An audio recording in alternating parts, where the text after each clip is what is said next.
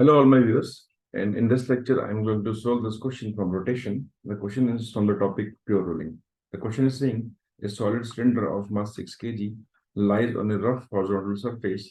The coefficient of friction between the cylinder and the surface is 0.2. A constant force acts horizontally on the cylinder. The line of action of force is at height 2r by 3 out of the center of cylinder. Find the maximum value of force if the cylinder rolls without slipping. Maximum force निकालनी है कि cylinder बिगर slipping या role करे, मतलब pure rolling करे।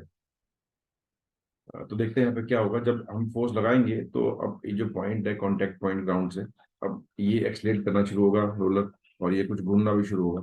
अभी जो contact point है हो सकता है स्लिप करे। अब उस स्लिपिंग को प्रिवेंट करने के लिए फ्रिक्शन यहाँ पे एक्ट करेगा इस पॉइंट पे।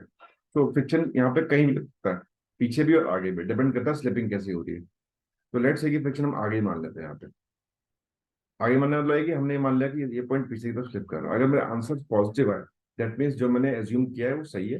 आंसर नेगेटिव आ गए, मतलब जो एज्यूम किया था वो गलत है।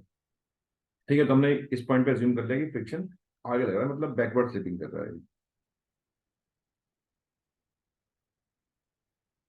ये लेट किया टोटली हमने। तो अब लिखते हैं इस पर फोर्सेस। तो मैं इस पर पहले लिखता हूँ फोर्स। तो मैं लिखूंगा पहले force equation, F plus F is equal to M A, पहली इक्वेशन।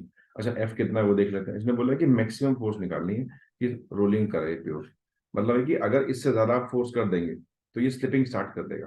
दैट मीन्स कि फ्रिक्शन इस टाइम पे लिमिटिंग लग रहा होगा, बिकॉज ये वो पॉइंट है जिसके पास स्लिपिंग स्टार्ट होने वाली है। तो लिमिटिंग मतलब म्यू एम जी। पुट करेंगे म्यू इज 0.2, एम इज 6, तो 60 इंटू 0.2 12 आ जाएगा। So F plus 12 equal to 6 into equation number 1। Now we have to write torque equation. Torque कितना होगा? Torque equal to I alpha. अब टॉक को देखते हैं। तो इस सिलेंडर पे यहाँ लग रही है फोर्स जो कि 2r/3 हाइट पे, और फ्रिक्शन मैंने आगे की तरफ माना है। और सेंटर के अबाउट लिखते हैं इक्वेशन को। तो अगर मैं टॉर्क को देखूं सेंटर के अबाउट, तो ये इस फोर्स का जो टॉर्क है फोर्स का, वो तो कुछ ऐसे घुमा रहा है इसको। तो जो फ्रिक्शन है वो ऐसे घुमा रही है सेंटर के हिसाब से, मतलब फोर्स ऐसे है फ्रिक्शन ऐसे। तो सेंटर के हिसाब से ये ऐसे घुमा रहा है और ये ऐसे घुमा रहा है, दोनों अपोजिट है। दैट मीन्स कि हम लिखते हैं पहले फोर्स का, force into perpendicular distance centre से, माइनस लिखना पड़ेगा एफ को। एंड दिस इज एफ तो पता ही हमको, 12 से 12 पुट कर लेते हैं, into R equal to I alpha. Cylinder दे रखा है सॉलिड, इसका इनर्शिया होता है M R square by 2 alpha.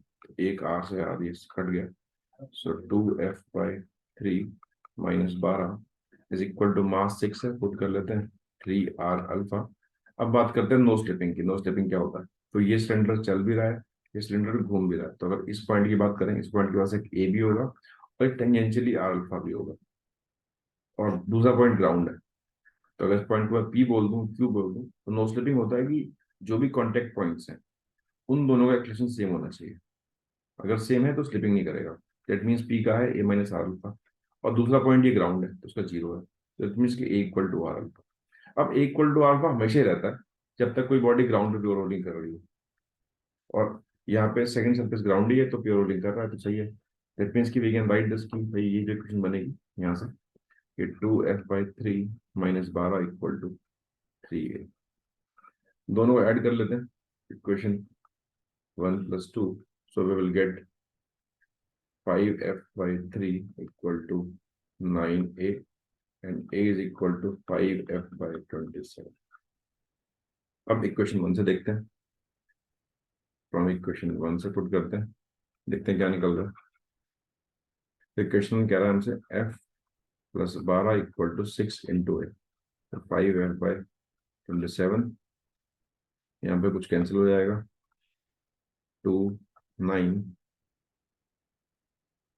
That means कि 12 equal to 10f/9 minus f/9 equal to 12 and f equal to 108।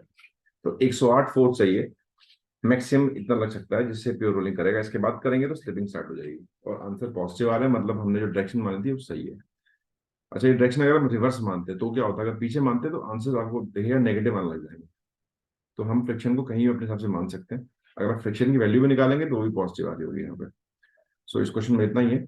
अच्छा, मैंने सिर्फ यही क्वेश्चन नहीं, मैंने अपने चैनल पे बहुत सारे क्वेश्चंस और अपलोड कर रखे हैं जो कि काफी अच्छे हैं, कंटेंट अच्छा है काफी, और डिफरेंट पैकेजेस सॉल्व कर रखे हैं, आर्काइव सॉल्व कर रखी है, रोडोप सॉल्व कर रखी है, बहुत सारे क्वेश्चंस के। तो आप चाहें तो डिफरेंट प्लेलिस्ट में जाके उन क्वेश्चंस को एक्सप्लोर कर सकते हैं और अपनी नॉलेज को बूस्ट कर सकते हैं और अपने फ्रेंड के साथ शेयर भी कर सकते हैं। And please do subscribe, like and share with your friends. Thank you for watching.